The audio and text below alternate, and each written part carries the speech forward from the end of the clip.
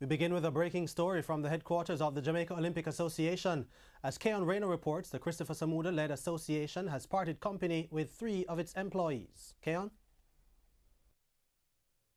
Thank you very much, Jordan. Well, we're coming from the JOA, as you said, and the executive is currently meeting on the inside. We got here shortly after 6 and gather that they started a board meeting. But to the meat of the matter, we gather that 3 employees were parted companies with on Friday. That's December 8.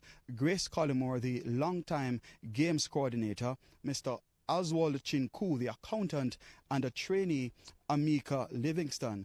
Well, we did try to get a comment from the president of the JOA. We sent a message, a written message inside, and it came back that the JOA will not comment at the moment. They say they have set a press conference for this Wednesday, December 13, to deal with a range of issues to include the parting of companies with these 3 employees. We gather that a 4th employee, a long-time employee, the executive secretary, Miss Marjorie Brown, remains an employee of the JOA and on an interim basis.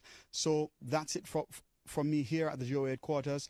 3 employees told on Friday by the president of the JOA their services are no longer needed. Jordan, back to you.